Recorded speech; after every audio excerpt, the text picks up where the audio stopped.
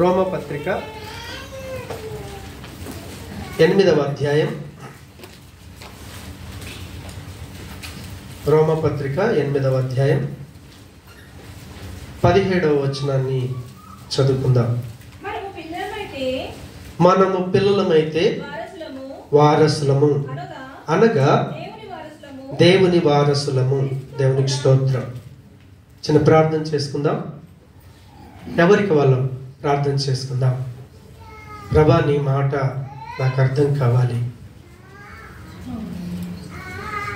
మీరు మాకు ఇచ్చిన భాగ్యం ఏంటో మేము అర్థం చేసుకుంటే నిజంగా మా జీవితం ధన్యకరమయ్యా. అందుకే మీరు మాతో మాట్లాడుతున్న ప్రతి మాటలోని ఆంతర్యాన్ని మేము అర్థం చేసుకోవటానికి సహాయం చేయండి ప్రభు. పరిశుద్ధాత్మదేవా, నన్నుగా నేను నీ చేతులకు అప్పగించుకుంటున్నాను. నా జ్ఞానం మరుగుపరచు. రోమ 8:17లో మనము పిల్లలమైతే వారసులము అంటున్నాం. ఆ మాటలోని ఆంతర్యాన్ని నాకు అర్థం కావటానికి సహాయం చేయి. నా మాటలు మరుగుపరిచి మీరే నాతో మా అందరితో మాట్లాడి మీ నామమునకు మహిమ తెచ్చుకొనుమని యేసు నామమున ప్రార్థించి వేడుకుంటున్నాను పరమ తండ్రి. ఆమేన్. హల్లెలూయా. జూలై 1st వీక్ నుంచి మనం నిజంగా దేవుని పిల్లలమే అయితే దేవుడు మన జీవితంలో చేసినటువంటి ప్రాముఖ్యమైన కార్యాలేంటి, విషయాలేంటి మనం తెలుసుకోవటానికి ధ్యానిస్తూ ఉన్నాం. దేవుని పిల్లలు తెలుసుకోవాల్సిన ప్రాముఖ్యమైన విషయాల్లో దేవుడు ఎవరినైతే తన ముందు నిలబెట్టుకునాలనుకున్నాడో అలాంటి వ్యక్తిని ఈ ప్రపంచాన్ని నిర్మాణం చేయకంటే ముందే సృష్టికర్త అయిన దేవుడు తను మనసులో ఎన్నుకున్నాడట, ఒక నిర్ణయం చేసుకున్నాడట. ఆ నిర్ణయంలో మనమున్నాం. ఆ నిర్ణయంలో మనం లేకపోతే ఈరోజు ఇక్కడ ఈ స్థితి మనకు లేదు. కాబట్టి దేవుని పిల్లలు తెలుసుకోవాల్సిన ప్రాముఖ్యమైన విషయం ఏంటిదంటే, దేవుడు నిన్ను ఎన్నుకున్నాడు కాబట్టే ఈరోజు క్రీస్తు దగ్గరికి పిలిచాడు. ఎన్నుకున్న దేవుడు పిలిచాడు. పిలిచిన దేవుడు ఏం చేశాడో తెలుసా? ప్రభు దగ్గరికి పిలవటమే కాదు, తండ్రి అయిన దేవుడు పిలవగానే ఎవరు రారు. అందుకే తండ్రి ఏం చేశాడంటే వాళ్ళని ఆకర్షించాడు. ఎన్నుకున్న దేవుడు, నిర్ణయించుకున్న దేవుడు పిలిచాడు. పిలిచిన దేవుడు ఆకర్షించుకున్నాడు.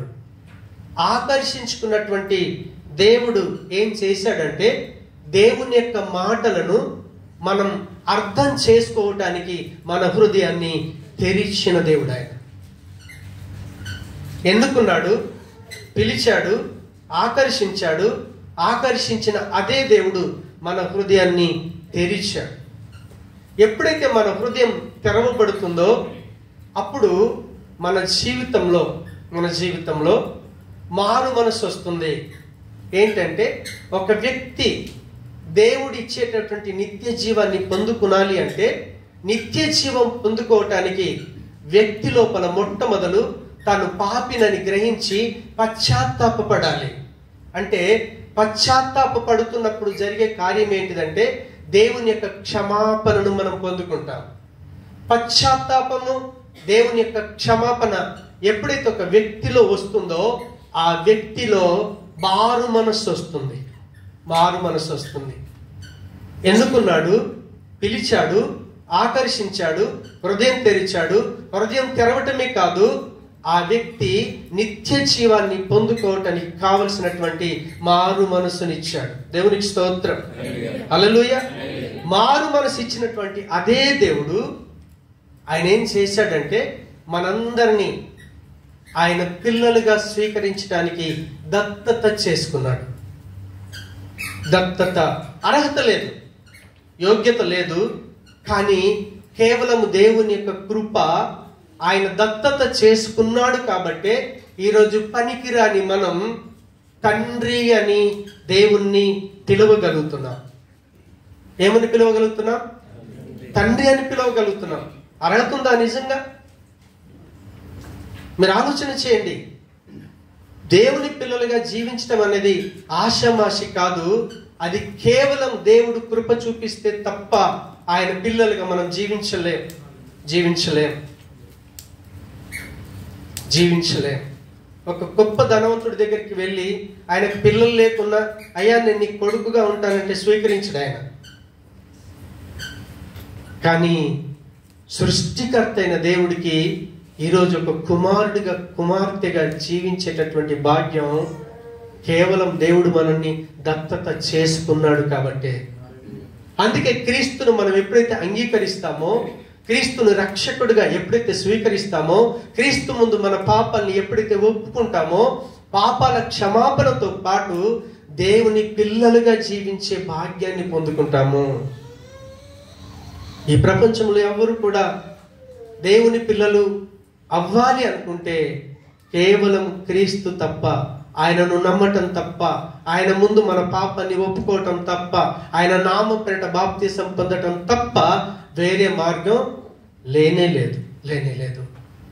అందుకే మొట్టమొదలు మనం దేవుని పిల్లలుగా జీవించాలి అంటే ఖచ్చితంగా ప్రభువును ఒప్పుకోవాల్సిందే. ఇక్కడున్న మనమందరం మన కులాలు మతాలు మారలేవు. కానీ నువ్వు ఏ కులములు ఉన్నావో నో ప్రాబ్లం, ఏ మతంలో ఉన్నావో నో ప్రాబ్లం. కుల మతాలకు అతీతంగా పాపులమైన మనల్ని దేవుడు తన పిల్లలుగా స్వీకరించాడు. దత్తపుత్రులము కాగలిగాం. హల్లెలూయా. 6 విషయాలు మనం ధ్యానించాం.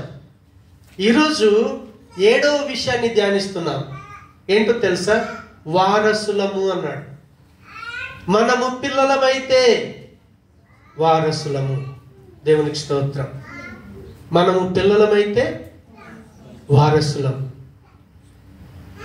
దేవుని పిల్లలుగా జీవించే భాగ్యాన్ని ఎప్పుడైతే మనకిచ్చాడో, ఇచ్చినటువంటి దేవుడు ఆయననట మనని వారసులుగా చేసుకుంటున్నాడట.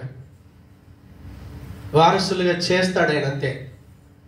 గలతీ పత్రిక 4వ అధ్యాయం 7వ వచనాన్ని కనుక మనం చూస్తే, గలతీ పత్రిక 4వ అధ్యాయం 7వ వచనం. కావు, కుమారుడవే. దేవుని ద్వారా వారసుడవు. దేవునికి స్తోత్రం. చూడండి, దేవుడు మనల్ని పిల్లలుగా చేసుకున్నాడు కదా. పిల్లలుగా చేసుకున్న తర్వాత వారసులంగా కూడా చేసేది ఆయనే. అంటే దేవుని పిల్లలమే, అంత మాత్రంతో విడిచిపెట్టట్లేదు ఆయన. విడిచిపెట్టకుండా క్రీస్తు దేన్నైతే కలిగి ఉన్నాడు, దేవుడు దేన్నైతే కలిగి ఉన్నాడో దాన్ని పొందుకోవటానికి మనం హక్కు కలిగి ఉంటామే. దాన్ని ఏమంటారంటే వారసత్వం. కొంతమంది పిల్లలు చూడండి, కన్న తల్లిదండ్రులే, వరే నేను నిన్ను కన్నాను కానీ నేను నా ఆస్తిలో నీకు భాగం ఇవ్వను. దేవునికి స్తోత్రం. నా ఆస్తిలో నీకేమివ్వను, భాగం ఇవ్వను. దేవుడు అన్యాయస్తుడు కాదు. దేవునికి స్తోత్రం. దేవుడికి ఆయన న్యాయవంతుడు అనే పేరుంది. దాన్ని ఫుల్ఫిల్ చేసే దేవుడు మన దేవుడు. దేవునికి స్తోత్రం. తండ్రి అయిన దేవుడు దేన్ని కలిగి ఉన్నాడు, ఆ సమస్తమును కుమారుడు కూడా కలిగి ఉన్నాడు. అందుకే కుమారుణ్ణి సమస్తమునకు వారసుడిగా చేశాడట. మీరు హెబ్రీ పత్రిక 1వ అధ్యాయం 2వ వచనాన్ని కనుక చూస్తే వాక్యం స్పష్టంగా సెలవిస్తా ఉంది.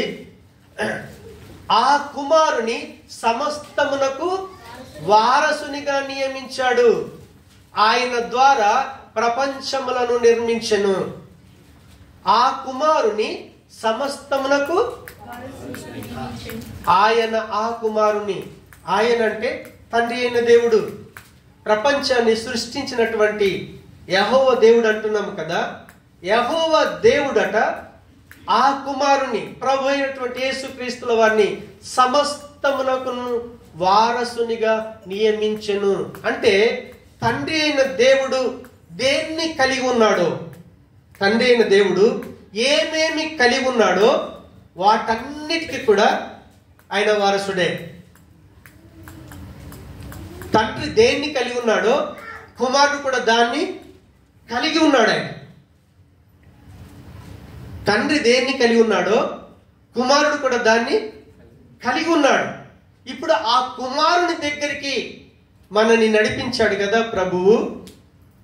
ఆ కుమారుని దగ్గరికి దేవుడు మనల్ని నడిపించాడు. యేసుక్రీస్తు దగ్గరికి నడిపించాడు. యేసుక్రీస్తేమో సమస్తమునకైన వారసుడు. అంటే క్రీస్తు ఏమేమైతే కలిగి ఉన్నాడో వాటన్నిటిని కూడా మనము కూడా పొందుకోవటానికి, కలిగి ఉండటానికి, క్రీస్తు ఏం ఆస్తి కలిగి ఉన్నాడో ఆ ఆస్తి మనకు కూడా ఇప్పుడు ఎవరైనా ఇస్తారా? ఎవరివ్వరు. దేవుని యొక్క ప్రేమను మీరు గ్రహిస్తే నిజంగా దేవుణ్ణి స్తుతించకుండా ఉండలేం, దేవుణ్ణి ఆరాధించకుండా ఉండలేం. కొంచెం కష్టం వస్తే దేవుణ్ణి దూషిస్తాం, ఒక కీడు జరిగితే దేవుణ్ణి దూషిస్తాం, కష్టం వస్తే దేవుడు నాకు ఎందుకు ఇలా చేశాడని ప్రశ్నిస్తాం. కారణం ఏంటో తెలుసా? దేవుని ప్రేమ మనకు అర్థం కాకపోతే మన జీవితాలు అలాగే ఉంటాయి, మన జీవితాలు అలాగే ఉంటాయి. క్రీస్తట తండ్రి అయిన దేవుడు ఏమేమి కలిగి ఉన్నాడో ఆ సమస్తాన్ని క్రీస్తు కలిగి ఉన్నప్పుడు క్రీస్తును నమ్ముకున్న మనల్ని కూడా ఇప్పుడు దేవుడు ఏం చేస్తున్నాడంటే యేసుక్రీస్తుతో పాటు మనల్ని కూడా వారసులుగా చేసుకుంటున్నాడు. సరే, క్రీస్తు ఏమేం కలిగి ఉన్నాడో చెప్తారా? జస్ట్ వాక్య పెరుగుల మీద నన్ను గ్రహిస్తే క్రీస్తు గిది కలిగి ఉన్నాడు.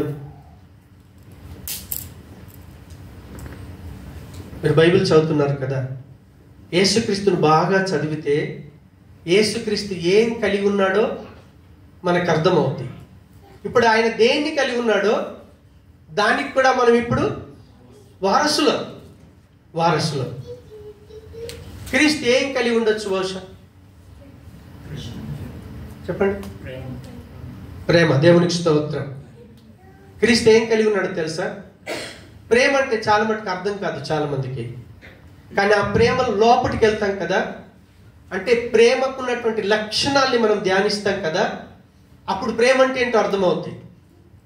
అందుకే మీరు 1 కొరింథీ పత్రిక 13వ అధ్యాయాన్ని తర్వాత చదవండి.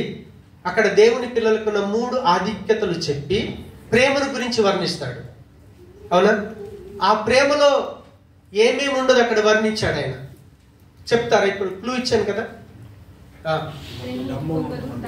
ప్రేమ డంబంగా ప్రవర్తించదు, మత్సరపడదు, త్వరగా కోపపడదు,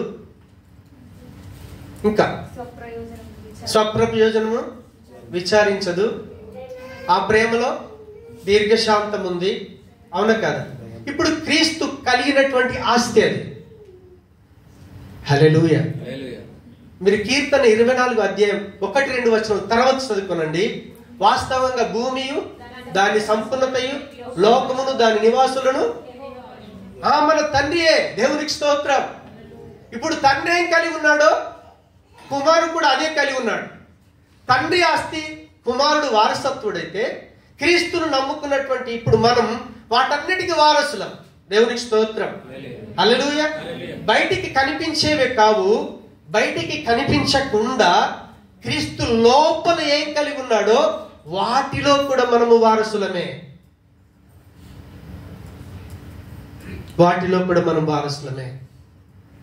అందుకే దేవుడు ఎవరిని పిలిచాడో మనం ఇంతకు ముందే ధ్యానించాం. తన కుమారుడు ఈ మనుషులలో అందరికంటే పెద్దవాడిగా ఉండునట్టుగా, జ్యేష్ఠుడిగా ఉండునట్టుగా ఆయన ఏం చేశాడంటే క్రీస్తు ఎలాంటి గుణలక్షణాలు కలిగి ఉన్నాడో అలాంటి లక్షణాలు మనకు ఇవ్వాలని దేవుడు ఎవరిని నిర్ణయించుకున్నాడో వాళ్ళని పిలిచాడు. పిలిచిన దేవుడు ఏం చేశాడు? నీతిమంతులుగా తీర్చాడు. మంచోళ్ళుగా మనం చేస్తున్నాడు కదా. అవునా కదా? మీరు రోమపత్రిక 8వ అధ్యాయం 32వ వచనాన్ని చూడండి. 32వ వచనం ఏం సెలవిస్తుంది అంటే, తన సొంత కుమారుని అనుగ్రహించుటకు వెనుక తీయక మనందరి కొరకు ఆయనను అప్పగించిన వాడు ఆయనతో పాటు సమస్తమును మనకెందుకు అనుగ్రహింపడు? కొంతమంది ఏమంటారు తెలుసా? కొంతమంది ఏమంటారంటే, వాడు మారడండి, వాడు మారడు, నువ్వెవడివి చెప్పటానికి. కొంతమంది ఏమనుకుంటారు తెలుసా? అది నా వల్ల అవ్వదు, నేను అలా ఉండలేను. ఇప్పుడు ఎవరైనా వచ్చి నన్ను తిడుతున్నారు అనుకోండి, వాడిని తిరిగి తిట్టకుండా ఉండలేను సార్, నాలో కోపం ఉంది, నేను తట్టుకోలేను. ఒక క్రైస్తవుడిగా నేను చెప్పుకుంటున్నాను తప్ప, కానీ అంత ప్యాషన్ నాలో రాదు అని అంటుంటాం. ఇవ్వటానికి ఆయన సిద్ధంగా ఉంటే రాదనటానికి నువ్వెవడివి? దేవుడే మన పక్షాన కార్యం చేస్తే నీకు విరోధి ఎవడు? ఆ మాట చెప్పినాక చెప్తున్నాడు ఆయన. మీరు పై విషయంలో చెప్తాడు ఆయన. క్రీస్తు లాంటి జీవితాన్ని దేవుడు మనకి ఇవ్వాలని మనల్ని ప్రేమించాడు ఆయన. ప్రేమించాడు కాబట్టే క్రీస్తులాగా మనల్ని తయారు చేస్తా ఉన్నాడు దేవుడు. మనల్ని చిన్న క్రీస్తులాగా చేస్తా ఉన్నాడు ఆయన. అలాంటి జీవితానికి ఇవ్వటానికి మన దేవుడు సమర్థుడైతే అనవసరంగా నిన్ను నువ్వు నేను అలా మారలేనండి, నేను అలా జీవించలేనండి అని ఎందుకు అనుకుంటున్నావు? కొంతమంది చెప్తారు, అయ్యా నువ్వు బాప్తిసం తీసుకోవట్లేదు ఎందుకంటే, సార్ ఇంకా నేను పూర్తిగా మంచోడిని కాలేను, రేపు పొద్దున తప్పిపోతానేమో. దేవుడు అంటున్నాడు, అయ్యా నేను నీ పక్షాన కార్యం చేస్తున్నాను, నిన్ను మార్చేది నేను. నా కుమారుడైన నా ప్రియ కుమారుడైన క్రీస్తులాగా నీ జీవితాన్ని మార్చేది నేనైతే, నేను మార్చడానికి సిద్ధపడితే ఎవడైనా అడ్డగించేవాడు ఉన్నాడా? దేవుడు ఇవ్వగా ఆపగలిగిన వాడు ఈ ప్రపంచంలో ఎవడన్నా ఉన్నాడా? ఆయన ఇవ్వాలనుకున్నప్పుడు ఆపగలిగేవాడు లేడు, ఆయన ఇవ్వద్దనుకుంటే ఇచ్చేవాడు కూడా ప్రపంచంలో ఎవరు లేరు. కాబట్టి దేవుని పిల్లలుగా మనం గ్రహించాలి, క్రీస్తులో ఏ గుణ లక్షణాలు అయితే ఉన్నాయో, ఆయన ఎలాంటి ప్రేమను కలిగి ఉన్నాడో, ఆయన ఎలాంటి సాత్వికుడో, ఆయన ఎంతటి మంచివాడో, ఆయన ఎంత దీర్ఘశాంతం ఉందో, అలాంటి జీవితాన్ని నా దేవుడు నాకు ఇస్తాడని నువ్వు నమ్మగలిగితే ఆయన అంటున్నాడు, దేవుడు పనికిరాని మన కొరకు, ప్రాణం పెట్టుట కొరకు, చనిపోవుట కొరకు క్రీస్తును అనుగ్రహించిన దేవుడు, యేసయ్యను అనుగ్రహించినటువంటి అదే దేవుడు ఆయనలో ఉన్న సమస్తాన్ని మనకి ఇవ్వలేడా? ఇవ్వగలడా? సపోజ్ యేసయ్య ₹1,00,00,000 ఆస్తి కలిగి ఉన్నాడు. చిన్న ఎగ్జాంపుల్ చెప్తున్నాను. ఆయన నీ కొరకు చనిపోవడానికి కొరకు ఇచ్చినటువంటి దేవుడు ఆ ₹1,00,00,000 నీకు ఇవ్వడా? ఇవ్వడా? ఇస్తాడు కదా. మరి ఎందుకు నీలో అల్ప విశ్వాసం? ఎందుకు నీలో అపనమ్మకం? ఎందుకు నేను పడిపోతానని నీలో ఉన్న విశ్వాసాన్ని ఎందుకు నువ్వు తగ్గించుకుంటావు? ఎందుకు నీలో నీకే అపనమ్మకం? నమ్మకం దేవుంది, అపనమ్మకం సాతానుది. విశ్వాసం దేవుంది, అవిశ్వాసం సాతానుది. అందుకే మనం ఎప్పుడు కూడా అవిశ్వాసపు మాటలు మాట్లాడకూడదు. విశ్వాసి విశ్వాసము వలన జీవిస్తాడట. చూడండి, మీరు ఈ లోకంలో ఏదైనా అన్య దేవుళ్ళను, దేవతలను నమ్ముకున్న భక్తుల్ని రకరకాల పేర్లతో పిలుస్తారు, భక్తులని. కానీ క్రీస్తును నమ్ముకున్న వాళ్ళని ఏమంటారు తెలుసా? విశ్వాసులు. విశ్వాసం ద్వారానే వాటిని పొందుకుంటాం. హల్లెలూయా. దేవుడు అంటున్నాడు, తన సొంత కుమారుణ్ణి అనుగ్రహించుటకు వెనుక తీయలేదే. నీ కొరకు సిలువలో చనిపోయేటప్పుడు, నువ్వు చెడ్డోడివి, నువ్వు చెడిపోయిన వాడివి, నువ్వు దొంగతనం చేశావు, అబద్ధం ఆడావు, వ్యభిచారం చేశావు, ఏమైనా అన్నాడా? అనలేదే ఆయన. ఎందుకు అన్నదో తెలుసా? పాపం మన నేలుతా ఉంది. ఇక్కడెవడు పరిశుద్ధుడు లేడు, ప్రతి ఒక్కడు పాపే. పాపములున్నటువంటి ప్రతి మానవుణ్ణి దేవుడు ప్రేమిస్తున్నాడు. ఆ ప్రేమ మనలో ఉన్నటువంటి పాపాన్ని చూసి అసహించుకోలేదు. పాపిని ప్రేమించాడు, పాపాన్ని అసహించుకున్నాడు.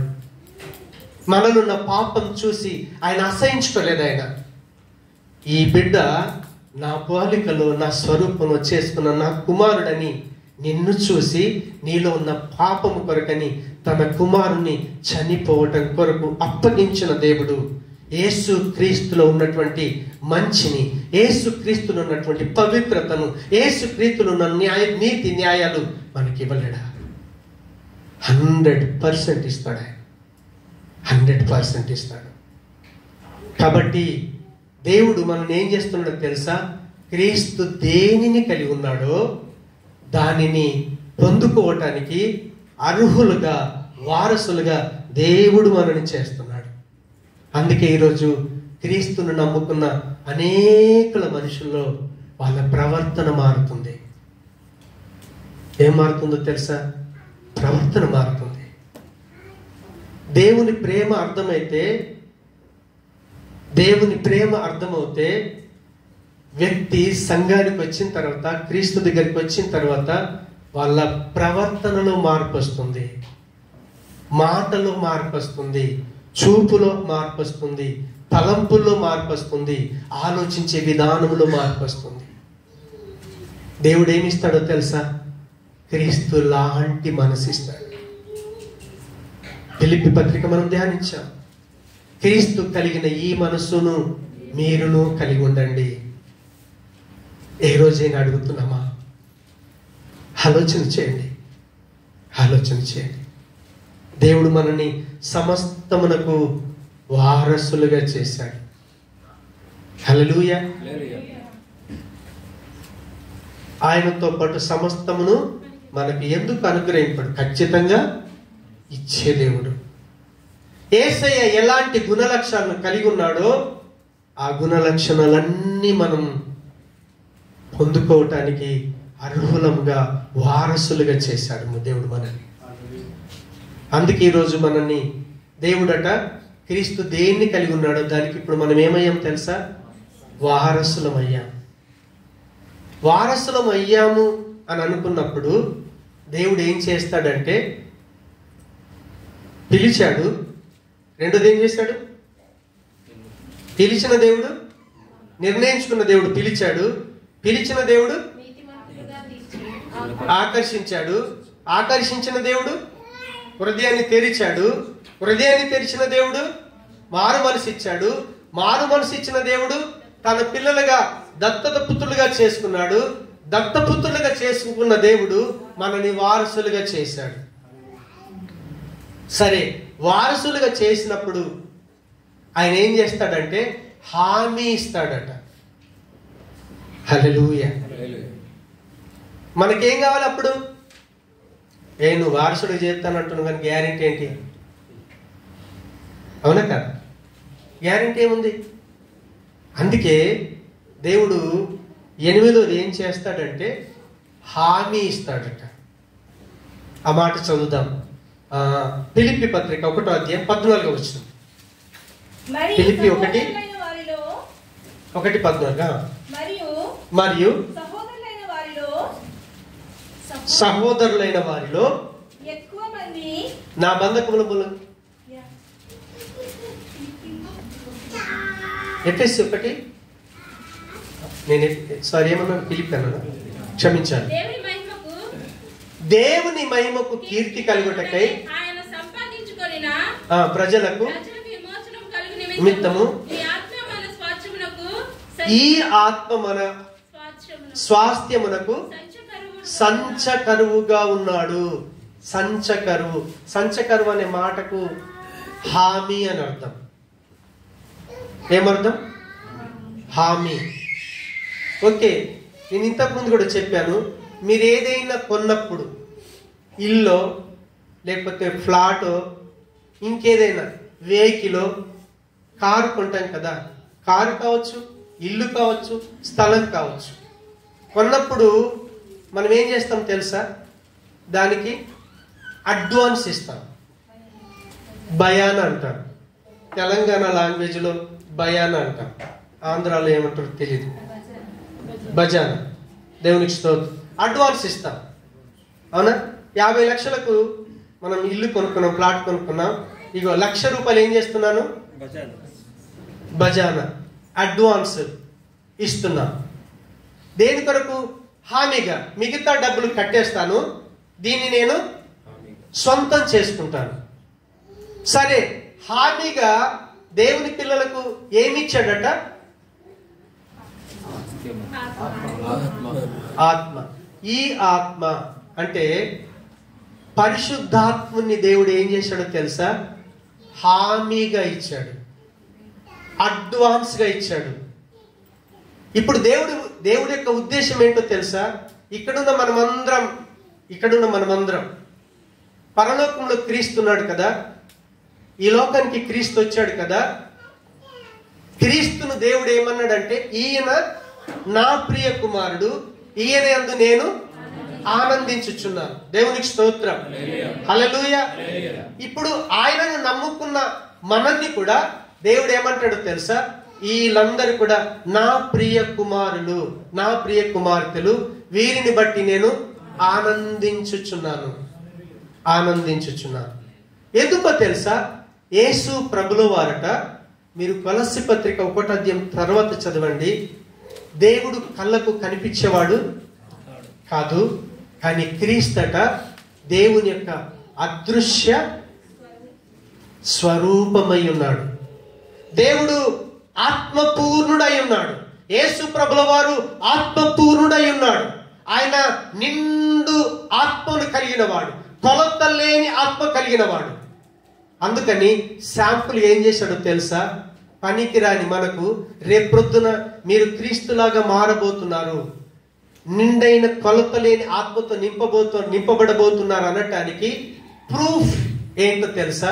పరిశుద్ధాత్ముని దేవుడు మనకిచ్చాడు. హామీ అన్నమాట. నువ్వు వారసుడివే. యేసు ప్రభు దేన్ని కలిగి ఉన్నాడో దాంట్లో నువ్వు వారసత్వముగా నేను నిన్ను చేస్తున్నాను అనటానికి ఇప్పుడు దేవుడు ఏం చేశాడో తెలుసా? హామీ ఇచ్చాడు. ఆ హామీ ఏంటో తెలుసా? పరిశుద్ధాత్మ దేవుడు. నిజంగా దేవుని ఆత్మను కలిగి ఉండటానికి మనలో ఏ ఒక్కరికైనా అర్హత ఉందా? క్వాలిటీ ఉందా? యోగ్యత ఉందా? పొద్దున్న లేచి నుంచి రాత్రి దాకా ఎన్ని అబద్ధాలు ఆడతామో, చూడకూడనివి ఎన్ని చూస్తున్నామో, ఆడకూడని మాటలు ఎన్ని ఆడుతున్నామో అర్హులం కాదు. కానీ ఒక్కొక్క విషయం దేవుడు మనకు అర్థమయ్యేటట్టుగా చేసి మనల్ని మార్చుకుంటూ వస్తున్నాడు. ఆ మార్చుకుంటూ వస్తున్నటువంటి దేవుడు రేపు క్రీస్తులాగా నువ్వు మారబోతున్నావు అనటానికి ప్రూఫ్ పరిశుద్ధాత్ముని దేవుడు మనకిచ్చాడు. అందుకే అపొస్తలుల కార్యం 2వ అధ్యాయంలో అంటాడు, ఎప్పుడైతే మారు మనసు కొరకై నీ పాపాల క్షమాపణ కొరకు యేసయ్య నామం పేరిట బాప్తిస్మం పొందుతావో అప్పుడు దేవుడట పరిశుద్ధాత్మ అనే వరాన్ని ఇస్తాడట. దేవుడి ఆత్మ కలిగి ఉండటం ఒక వరం. ఆయన హామీగా ఇప్పుడు ఇచ్చాడు. ఇప్పుడు మనము పరిశుద్ధాత్మ దేవుడు కలిసి నివాసం చేస్తా ఉన్నాం. నువ్వు యేసు ప్రభువును నమ్ముకున్నందుకు నువ్వు ఒంటరిగా లేవు. నీవు నీ దేవుని యొక్క ఆత్మకు ఆలయమై ఉన్నావు. పరిశుద్ధాత్మ దేవుడు నీ హృదయంలో నివాసం చేస్తా ఉన్నాడు. అందుకే యేసు ప్రభుల వారు ఈ లోకాన్ని విడిచి వెళ్ళేటప్పుడు మీరు లూకా సువార్త 24వ అధ్యాయం 48 తర్వాత చదువుకోనండి. తండ్రి ఏ వాగ్దానం అయితే చేశాడో ఆ వాగ్దానమైనటువంటి పరిశుద్ధాత్ముని నేను మీ మీదకి పంపబోతున్నాను. యేసు ప్రభుల వారు తాను వెళ్ళిపోయేటప్పుడు జ్ఞాపకం చేస్తా ఉన్నాడు. దేవునికి స్తోత్రం. 1 కొరింథీ పత్రిక 2 కొరింథీ 5:5 చూడండి. కొరింథీలకు రాసిన 2వ పత్రిక 2 కొరింథీ 5వ అధ్యాయం 5వ వచనం. దీని నిమిత్తము మనలను సిద్ధపరిచిన వాడు దేవుడే. దేని నిమిత్తము తెలుసా? రేపు ప్రొద్దున ఇది క్లోజ్ అయిపోద్ది. అవునా? దేవుడు మనకి ఇచ్చేటటువంటి ఒక నూతన శరీరాన్ని పొందుకోబోతున్నాం. యేసు ప్రభు లాంటి శరీరాన్ని పరలోకంలో మనకు సిద్ధపరిచిన దాన్ని పొందుకోబోతున్నాం. ఆ పొందుకోవడానికి సిద్ధపరిచిన వాడు దేవుడే. అయితే ఇక్కడ అంటున్నాడు, మరియు ఆయన తన ఆత్మ అను సంచకరువును మనకు అనుగ్రహించి ఉన్నాడు.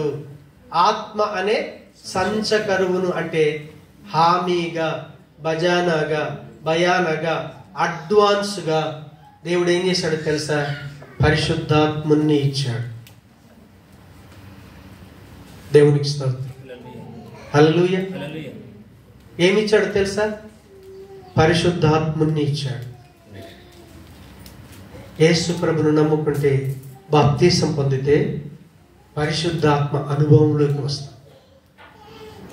మీరు ఎన్ని రోజులు ప్రభుని అంగీకరించకుండా దేవుని సముఖానికి వచ్చి మీరు వెళ్ళిపోతారో పరిశుద్ధాత్ముడితో అనుబంధం ఉండదు. దేవుడు స్వయంగా చెప్పాడు, నీ పాపాల క్షమాపణ కొరకు నువ్వు ఎప్పుడైతే యేసే నామం పేట బాప్తీసం పొందుతావో దేవుడు పరిశుద్ధాత్మ అనే వరమును అది మనకట మన పిల్లలకు కూడా అంటాడు. హల్లెలూయా. సరే, మనం వారసులుగా చేశాడు. వారసులం అనటానికి హామీగా పరిశుద్ధాత్ముని ఇచ్చాడు కదా. పరిశుద్ధాత్మను ఏ విధంగా ఇచ్చాడు చెప్తారా? పరిశుద్ధాత్మనట ఎలా ఇచ్చాడంటే ముద్ర వేసి. దేవునికి స్తోత్రం. అదే ఎఫెసీ పత్రిక 1:13 చూడండి. ఎఫెసీ 1:13 మీరును సత్యవాక్యమును అనగా మీ రక్షణ సువార్త విని క్రీస్తునందు విశ్వాసం ఉంచి వాగ్దానము చేయబడిన ఆత్మ చేత ముద్రించబడితిరి. దేవునికి స్తోత్రం. ఏమయ్యామట? మీరు ఎక్కడన్నా వెళ్ళండి, మనం కంపెనీ ఏదైనా లెటర్ తీసుకుని వెళ్తే, సార్ దీని మీద స్టాంప్ ఉందా అంటాడు. ఏమంటాడు? స్టాంప్ ఉంటే ఒరిజినల్, లేకపోతే డూప్లికేటే. దేవునికి స్తోత్రం. హల్లెలూయా. స్టాంప్ వేశాక దాన్ని మనం ఏం చేయలేం, చింపేస్తే రెండింటి చింపేయాలి, కాగితాన్ని ముద్రను. లేదంటే ఏమి చేయలేం, దాన్ని మార్చలేం. మనము వారసులు అనటానికి పరిశుద్ధాత్మని హామీగా ఎలా ఇచ్చాడంటే ముద్రించాడట మన మీద, మన లైఫ్ మీద. అంటే ఇంకా నువ్వు పరిశుద్ధాత్మ దేవుడు కలిసి ఉండాల్సిందే. నువ్వు పరిశుద్ధాత్మ దేవుడు కలిసి ఉండాల్సిందే. ఆయన స్టాంప్ వేశాడు. పరిశుద్ధాత్మని ఊరికి ఇవ్వాల. ఎట్టి పరిస్థితులలో ఇంకా నీకు వరముగా ఇచ్చినటువంటి పరిశుద్ధాత్ముడు హామీగా భయానగా ఇచ్చాడు కదా. భయాన ఒకవేళ క్యాన్సిల్ అయితే ప్రాపర్టీ పొందుకోలేము. కొన్నిసార్లు చూడండి, మనం అడ్వాన్స్ ఇచ్చాక సార్ నీ అడ్వాన్స్ వద్దంటాడు. అంటే నువ్వు పొందుకోవటానికి ఇంకా వీల్లేదు.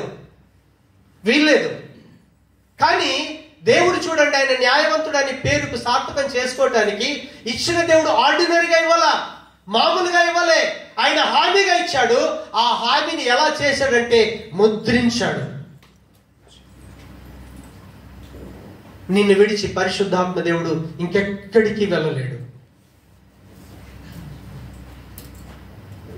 ఏ రోజైనా మీరు ఆలోచన చేస్తున్నారా దేవుని యొక్క నమ్మకత్వాన్ని? ఆలోచన చేయండి. పోయిన వారం దైవజనుడు చెప్తూ, మోషే తన ఇల్లంతట్లో నమ్మకస్తుడు. ఆయన అంత నమ్మకస్తుడు ఉండటానికి కారణం ఏంటో తెలుసా? దేవుడి యొక్క ప్రేమ, ఆయన ప్రణాళిక మోషేకు తెలుసు. ఈరోజు దేవుని యొక్క ప్రణాళిక, దేవుడు మన జీవితంలో ఏం చేశాడో ఆ ప్రాముఖ్యమైన విషయాన్ని కనుక మనం గ్రహించకపోతే, తెలుసుకోలేకపోతే చర్చికి వచ్చాం, వెళ్ళిపోయాం, అలాగే ఉంటుంది మన బ్రతుకు. కానీ అలా ఉండకూడదు.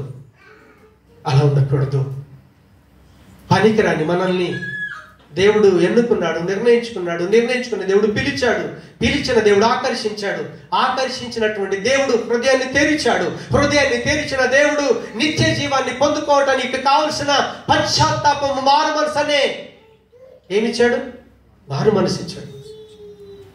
పశ్చాత్తాపం, పాప క్షమాపణ, మారు మనసు ఇచ్చిన దేవుడు నిన్ను దేవుని కుమారుడిగా జీవించడానికి, ఆయన పిల్లలుగా జీవించడానికి దత్తత తీసుకున్నాడు.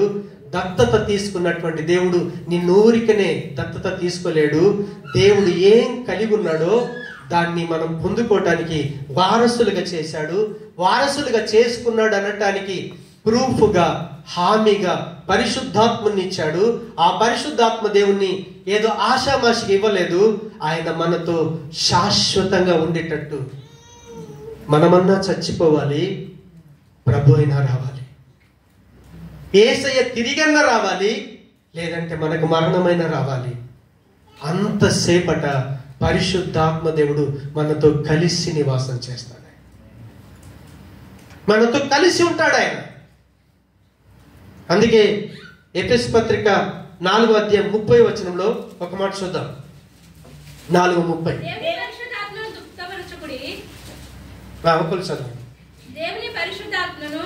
దేవుని పరిశుద్ధాత్మను దుఃఖపరచకుడి, విమోచన దినము వరకు ఆయన యందు ముద్రింపబడి ఉన్నారు.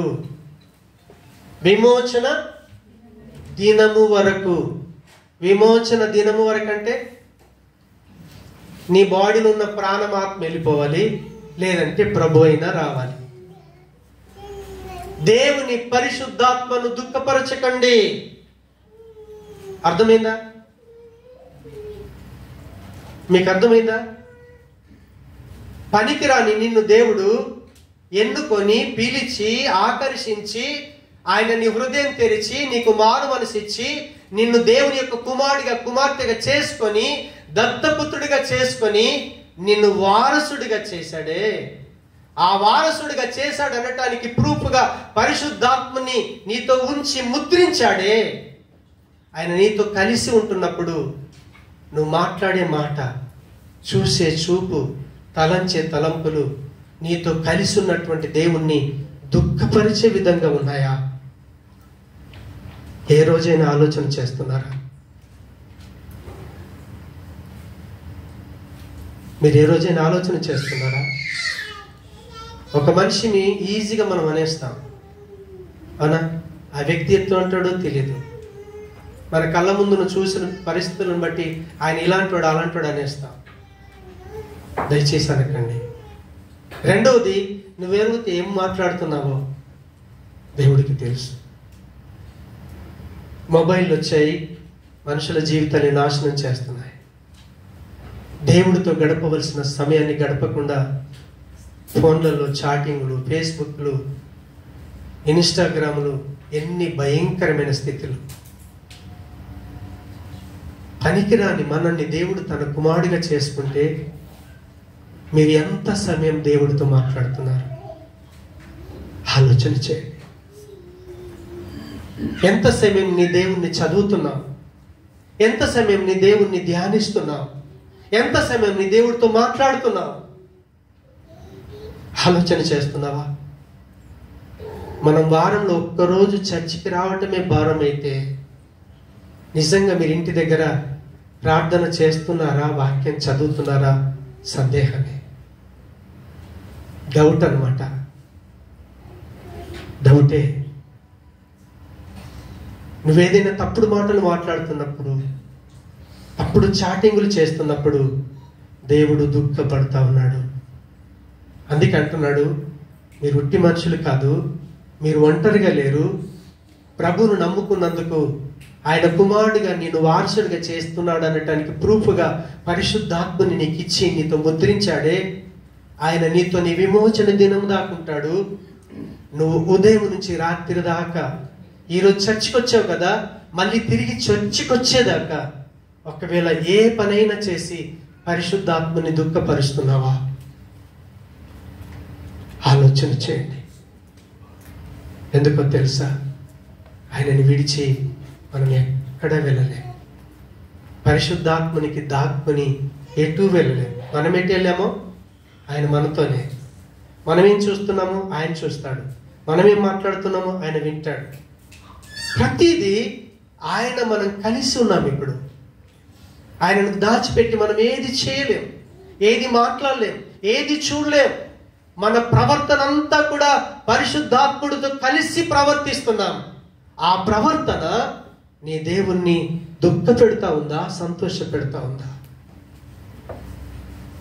క్రైస్తవ జీవితం దేవుని యొక్క కుమారుడిగా జీవించే జీవితం. అందుకే మనం ఎంత భాగ్యవంతులం. పనికిరాని మనం దేవుని పిల్లలుగా అయ్యే భాగ్యాన్ని దేవుడు ఇచ్చాడు. దాన్ని పోగొట్టుకోవటానికి లోకం వైపు చూడకండి, దేవుని వైపు చూడండి. దేవుడితో మాట్లాడండి, దేవుని ధ్యానించండి, దేవుని చదవండి, దేవుడితో మాట్లాడండి. అప్పుడు మనతో కలిసి ఉన్న పరిశుద్ధాత్మ దేవుణ్ణి దుఃఖపరచలేం. అందుకే దేవుని ఎరుకలో జీవించాలట. మీరు రోమపత్రికలో 1వ అధ్యాయం చదవండి. వారు దేవుని ఎరిగి ఉండి దేవుణ్ణి ఎరగనట్టుగా ప్రవర్తించారట. దేవుడు వాళ్ళకి తెలుసు. కానీ యేసయ్య కాసేపు అలా ఉండును, నేను వీళ్ళతో మాట్లాడాలి, ఇది చూడాలి, ఇది చెయ్యాలి, ఇటు వెళ్ళాలి. మనం ఎంత సీక్రెట్గా చేస్తామో వాక్యం చెప్తుందట, అంత మిద్దెల మీదుగా ప్రకటించబడుతుంది.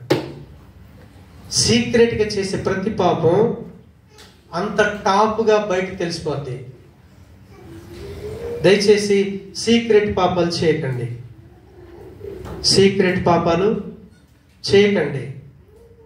పరిశుద్ధాత్మ దేవుడు చూస్తున్నాడు. రే, నిన్ను క్రీస్తులాగా మార్చడానికి నేను నీతో కలిసి ఉంటే నువ్వు ఇలా ప్రవర్తిస్తున్నావేంటని పరిశుద్ధాత్మ దేవుడు ఏడుస్తాడట.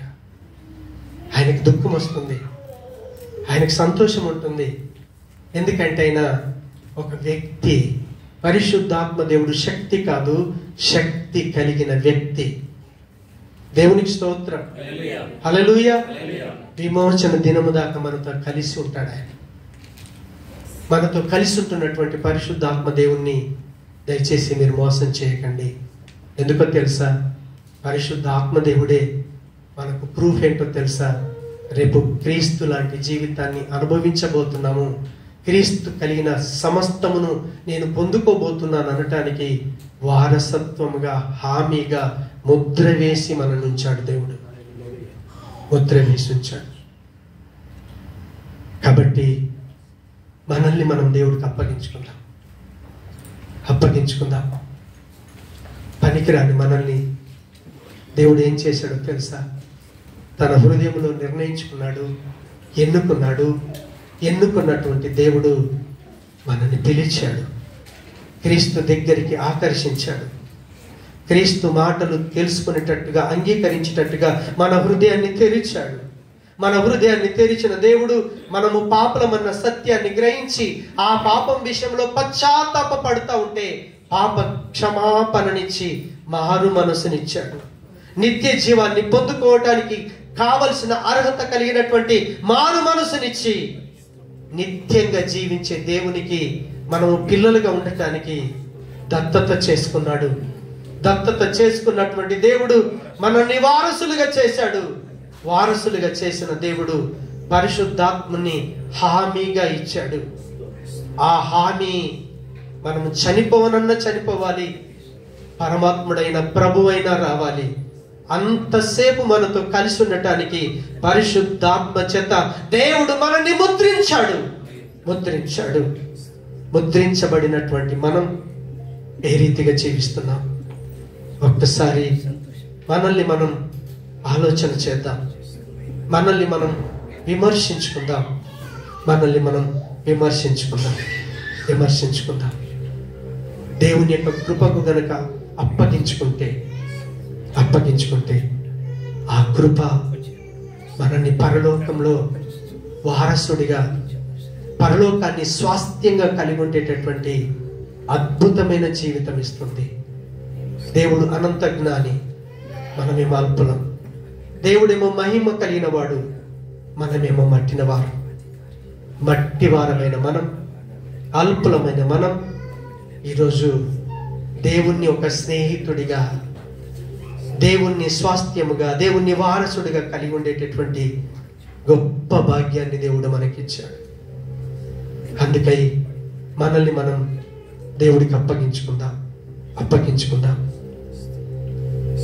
అప్పగించుకున్నాను నీ కృపకే నేను, గొప్ప దేవుడా నీ సన్నిధిలో ఉన్నాను, అప్పగించుకున్నాను నీ కృపకే నేను. గొప్ప దేవుడా నీ సన్నిధిలో ఉన్నాను, పిలచిన వాడా నన్ను గెలచిన వాడా, పిలచిన వాడా నన్ను గెలచిన వాడా, ప్రేమించి ప్రేరేపించి స్థిరపరచిన వాడా, ప్రేమించి ప్రేరేపించి స్థిరపరచిన వాడా.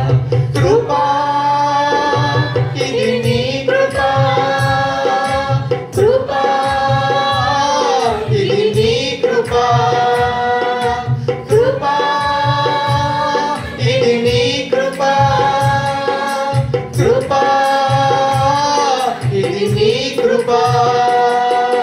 కేవలం నీ కృపా, కేవలం నీ కృపా, కేవలం నీ కృపా, కేవలము నీ కృపా, కృపా కృపా కృపా కృపా కృపా. అనంత జ్ఞాని నీకు, అల్పుడను నాకు సహవాసమా, మహిమాన్విత నీకు, మట్టినైన నాకు స్నేహమా. కృపా ఇది నీ కృపా, కృపా ఇది నీ కృపా. కేవలం దేవుని యొక్క కృప. సాతాను బంధకంలో ఉన్న మనం, పాపంలో ఉన్న మనం నరకానికి వెళ్ళాలి. కానీ దేవుడు నరకానికి వెళ్ళాల్సిన మనల్ని తను వెళ్ళకుండా, ఈ ప్రపంచంలో కోట్ల ప్రజలున్నా వాటిలో నుంచి ఎవరినైతే ఆయన ఎన్నుకున్నాడో, ఎన్నుకున్న మనల్ని పిలిచాడు, పిలిచిన మనల్ని ఆకర్షించాడు. ఆకర్షించిన మనల్ని దేవుడు మాటలు వినేటట్టుగా మన హృదయాన్ని తెరిచాడు. హృదయాన్ని తెరిచిన దేవుడు మనలో పాప క్షమాపణ, పశ్చాత్తాపమిచ్చి నిత్య జీవానికి కావలసిన మారు మనసిచ్చి దత్తత చేసుకొని వారసులుగా చేసి, వారసుల మనటానికి హామీగా పరిశుద్ధాత్మ చేత ముద్రించి ఆయన పిల్లలుగా చేసుకున్నాడే. ఆ ప్రేమను గ్రహించుటకు ఆత్మదేవ మాకు సహాయం చేసి, నీ మహిమకు కీర్తి కలిగే జీవితాలనిచ్చి నన్ను మమ్మల్నందరినీ మీ సాక్షులుగా నిలవబెట్టుకొనుమని యేసు నామమున ప్రార్థిస్తున్నాము తండ్రి. ఆమేన్.